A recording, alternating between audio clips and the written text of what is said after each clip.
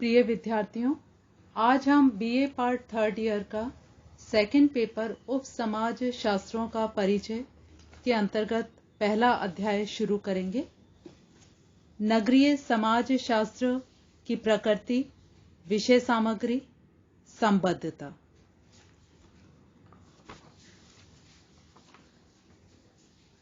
समाज शास्त्र में विभिन्न प्रकार के समाजों के अध्ययन की सुविधा के लिए समय समय पर अनेक शाखाओं और उपशाखाओं की स्थापना की गई। आदिवासी समाजों के समाज शास्त्रीय अध्ययन के लिए सामाजिक मानव शास्त्र की स्थापना की गई। समाज से संबंधित मनोवैज्ञानिक पक्ष का अध्ययन करने के लिए सामाजिक मनोविज्ञान एक विशिष्ट विषय के रूप में विकसित हुआ।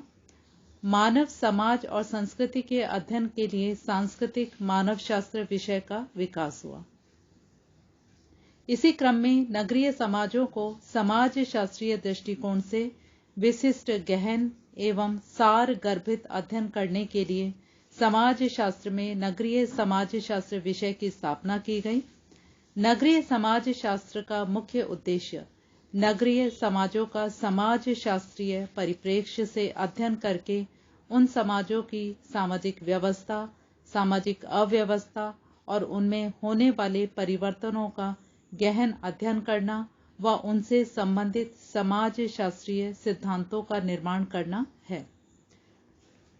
अब हम देखते हैं नगरीय समाज शास्त्र का अर्थ एवं परिभाषाएं।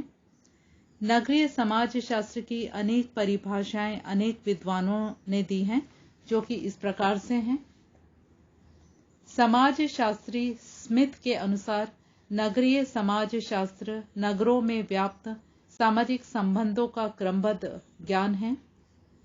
लॉरी नेल्सन के अनुसार नगरीय समाज शास्त्र नगरीय जीवन और समस्याओं का अध्ययन है। हॉब हाउस के अनुसार नगरीय समाज शास्त्र नगरीय जीवन और समस्याओं का अध्ययन है। ई बर्गल के अनुसार नगरीय समाज शास्त्र सामाजिक क्रियाओं, सामाजिक संबंधों, सामाजिक संस्थाओं और नगरीय जीवन के तरीकों पर आधारित और विकसित सभ्यताओं के प्रकारों पर नगरीय जीवन के प्रभावों का अध्ययन करता है। नगरीय समाज शास्त्र वह शास्त्र है जो कस्बों और नगरों के समाज और उनमें रहने वाले मनुष्यों के जीवन का अध्ययन करता है। यह शास्त्र नगरों में विद्यमान सामाजिक संबंधों का क्रमबद्ध अध्ययन करता है। यह वह विज्ञान है जो नगरीय जीवन और उनकी समस्याओं का अध्ययन करता है। यह नगरीय सामाजिक संसार के सभी पक्षों का अध्ययन करता है, अर्थात नगरीय समाज शास्त्र नगरीय समाजों की व्यवस्था, अव्यवस्था तथा उनमें होने वाले परिवर्तनों का क्रमबद्ध और व्यवस्थित अध्ययन करने वाला विज्ञान है। नगरीय समाज शास्त्र की विषय सामग्री। नगरीय समाज शास्त्र की विषय सामग्री पर अनेक ग्रामीण एवं नगरीय समाज शास्त्रियों ने प्रकाश डाला है।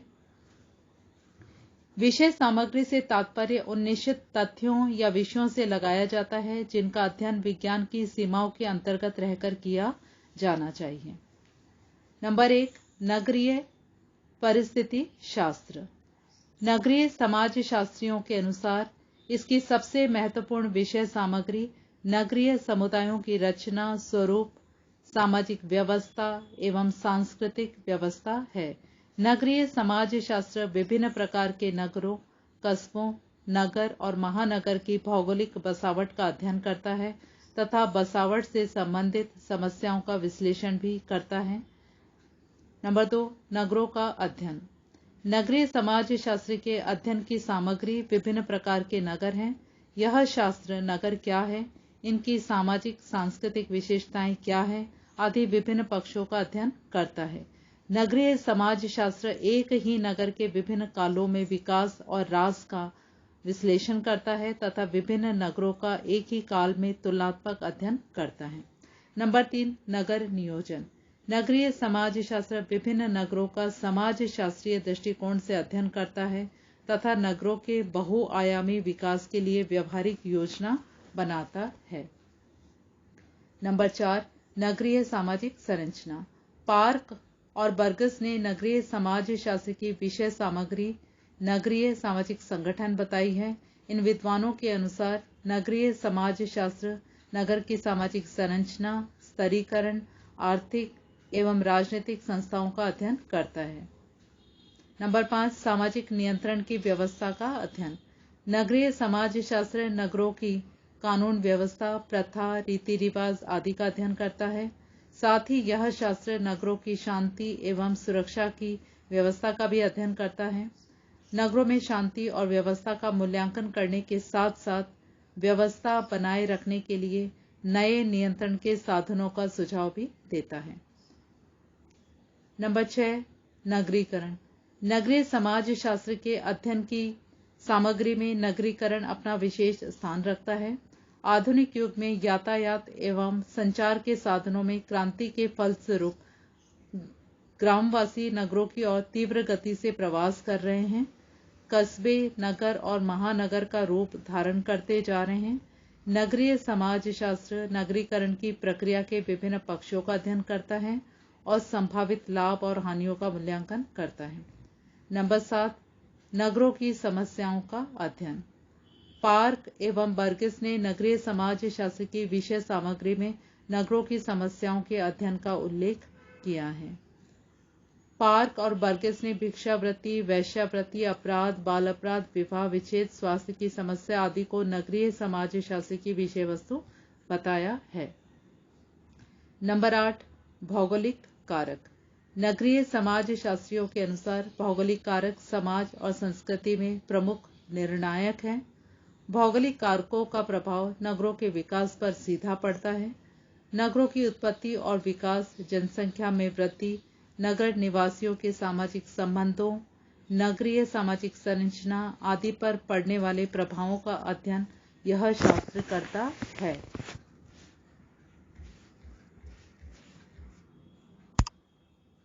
नगरीय समाज शास्त्र का क्षेत्र।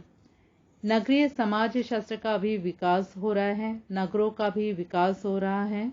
भिन्न भिन्न नगरीय समाज शास्त्रियों के इसके क्षेत्र के संबंध में भिन्न भिन्न विचार हैं, जो कि निम्नलिखित हैं। पार्क और बर्गस ने नगरीय समाज शास्त्र के क्षेत्र को निम्नलिखित 3 भागों और उपभागों में वर्गीकृत किया है। नंबर 1 है परिस्थिति शास्त्र। पार्क और बर्गस का मानना है कि नगरीय समाज शास्त्र का अध्ययन का क्षेत्र नगरों की भौगोलिक एवं प्राकृतिक परिस्थितियों का अध्ययन है। सभी कस्बों, नगरों एवं महानगरों की कुछ विशेष भौगोलिक परिस्थितियां होती हैं जिनका मानव जीवन पर प्रभाव पड़ता है। इन प्रभावों का विश्लेषण करना इस विज्ञान के अध्ययन का क्षेत्र है। इन विद्वानों ने परिस्थिति शास्त्र की 2 शाखाएं बताई हैं। नंबर 1 मानव परिस्थिति शास्त्र, नंबर 2 सामाजिक परिस्थिति शास्त्र। मानव परिस्थिति शास्त्र के अंतर्गत नगरीय समाज शास्त्र नगरों के मानवों पर भौगोलिक एवं प्राकृतिक कारकों के प्रभावों का अध्ययन करते हैं तथा सामाजिक परिस्थिति शास्त्र के अंतर्गत समाज की संरचना और कार्यों पर नगरीय, भौगोलिक एवं प्राकृतिक परिस्थितियों के प्रभावों का विश्लेषण करते हैं। नंबर 2 सामाजिक संगठन। पार्क और बर्गस ने नगरीय समाज शास्त्र के अध्ययन क्षेत्र के अंतर्गत नगरों के विभिन्न सामाजिक संगठनों जैसे परिवार, आर्थिक समितियां, राजनीतिक समितियां, मनोरंजनात्मक संगठनों, विभिन्न सामाजिक वर्गों एवं संस्थाओं आदि को रखा है। नंबर 3 सामाजिक विघटन। पार्क और बर्गस की मान्यता है कि नगरीय जीवन में अनेक सामाजिक समस्याएं होती हैं। नगरों में विभिन्न विघटनकारी शक्तियां विद्यमान होती हैं जो समाज में अनेक समस्याओं को पैदा करती हैं। इसलिए नगरीय समाज शास्त्र के अध्ययन के क्षेत्र के अंतर्गत सामाजिक विघटन संबंधी समस्याओं को रखना चाहिए, जैसे अपराध, बाल अपराध, सफेद वस्त्रधारी अपराध, गरीब, बेरोजगारी, वेश्यावृत्ति, मद्यपान, गंदी बस्तियां, लिंग असमानता, पीढ़ी संघर्ष, पर्यावरण प्रदूषण, भ्रष्टाचार आदि आदि। समय के आधार पर नगरीय समाज शास्त्र नगरों के उद्भव और विकास का अध्ययन इतिहास में करता है, जो उसके अध्ययन के क्षेत्र के अंतर्गत आते हैं। यह विज्ञान प्राचीन काल से लेकर आज तक के नगरों के प्रकारों, उनकी उत्पत्ति, एवं विकास के चरणों का अध्ययन कालक्रमिक रूप से करता है, जो इसका अध्ययन का क्षेत्र है। यह कहा जा सकता है कि नगरीय समाज शास्त्र का अध्ययन का क्षेत्र बहुत व्यापक है। यह समय और क्षेत्र के अनुसार सभी कालों और संसार के सभी प्रकार के नगरों का अध्ययन समाज शास्त्रीय दृष्टिकोण से करता है।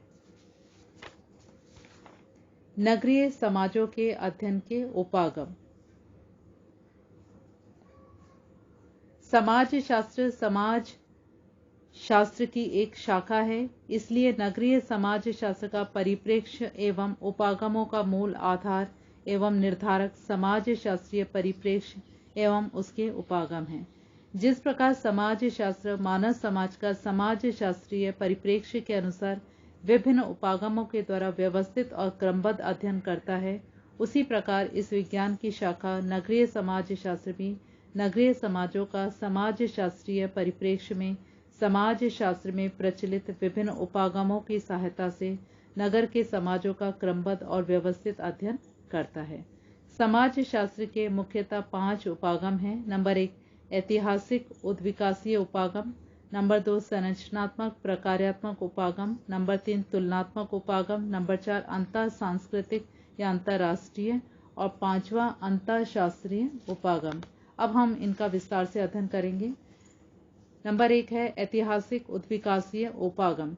ऐतिहासिक उद्विकासीय उपागम के अंतर्गत सामाजिक गतिशीलता, समाज के विकास एवं परिवर्तन के अध्ययन पर जोर दिया जाता है। इस उपागम में सामाजिक तथ्यों की प्रामाणिकता और सत्यता को ऐतिहासिक घटनाओं के आधार पर विश्लेषित किया जाता है। इनमें समाज का कालक्रमिक अध्ययन किया जाता है। भारतीय नगरीय समाज शास्त्र के साहित्य का अवलोकन करने से ज्ञात होता है कि 1951 तक अधिकतर सामाजिक वैज्ञानिकों ने भारतीय नगरों का ऐतिहासिक उद्विकासीय उपागम के द्वारा अध्ययन किया था। गांवों की ऐतिहासिक उपागम द्वारा प्रदान की गई सूचनाओं एवं तथ्यों के आधार पर ही अन्य वैज्ञानिकों के लिए भारत के गांवों का संरचनात्मक, प्रकार्यात्मक, तुलनात्मक, अंतरशास्त्रीय आदि उपागमों के द्वारा अध्ययन करना संभव हो पाया है। नंबर 2 संरचनात्मक प्रकार्यात्मक उपागम। संरचनात्मक प्रकार्यात्मक उपागम समाज शास्त्र एवं सामाजिक मानव शास्त्र में रैडक्लिफ ब्राउन और मैलिनोव्स्की के नाम से जाना जाता है। इस उपागम के द्वारा ऐसे सिद्धांत अथवा नियम की खोज करना है जो वह स्पष्ट करे कि संरचना की एक इकाई तथा अन्य सभी इकाइयों किसी एक विशिष्ट इकाई को कैसे प्रभावित करती है और प्रभावित होती है एवं समाज का अस्तित्व किस प्रकार से बना रहता है। प्रकार्यात्मक पद्धति में इकाई का पूर्ण से, पूर्ण का इकाई से तथा इकाइयों के परस्पर अंतर संबंधों का अध्ययन किया जाता है। भारत में आजादी के बाद नगरों के अध्ययन में इस उपागम का उपयोग होने लगा। यह उपागम संपूर्ण समाज के संगठन का अध्ययन करता है तथा इस मान्यता पर आधारित होता है कि एक विशेष नगर संरचना एवं उससे संबंधित प्रकारों को जानने के बाद ही विभिन्न नगर एवं उसकी समस्याओं को समझना संभव है। नंबर 3 तुलनात्मक उपागम। ग्रामीण समाज शास्त्र में तुलनात्मक उपागम का प्रयोग 1918 में गिलबर्ट स्लेटर ने दक्षिण भारत के 12 गांवों का अध्ययन करने में किया था। यह अध्ययन सम साउथ इंडियन विलेजेस शीर्षक के अंतर्गत प्रकाशित हुआ।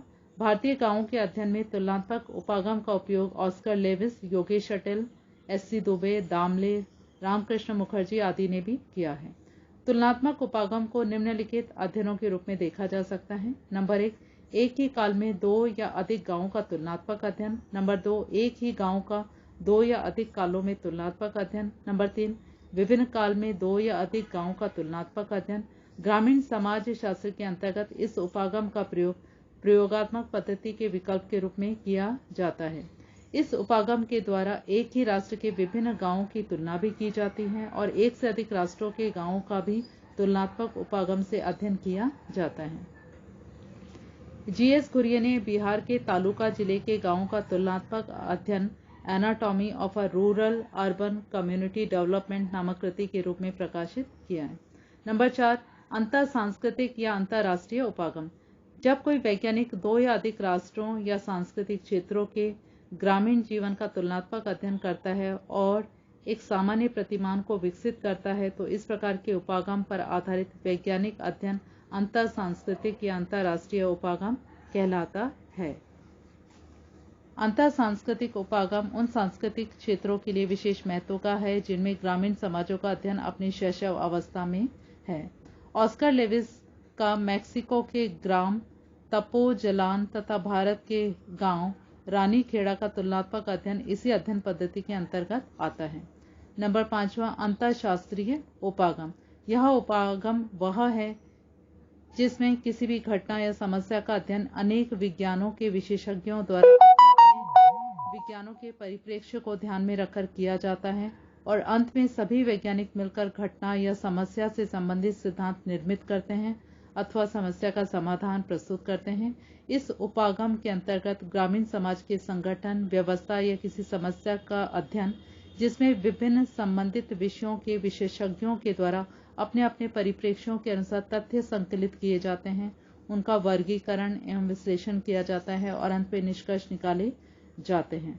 भारत के ग्रामीण समाजों से संबंधित विभिन्न विषयों जैसे पंचवर्षीय योजना, पंचायती राज, लोकतांत्रिक विकेंद्रीकरण, हरित क्रांति, भूमि सुधार आंदोलन आदि का अध्ययन इसी उपागम के द्वारा किया जाता रहा है।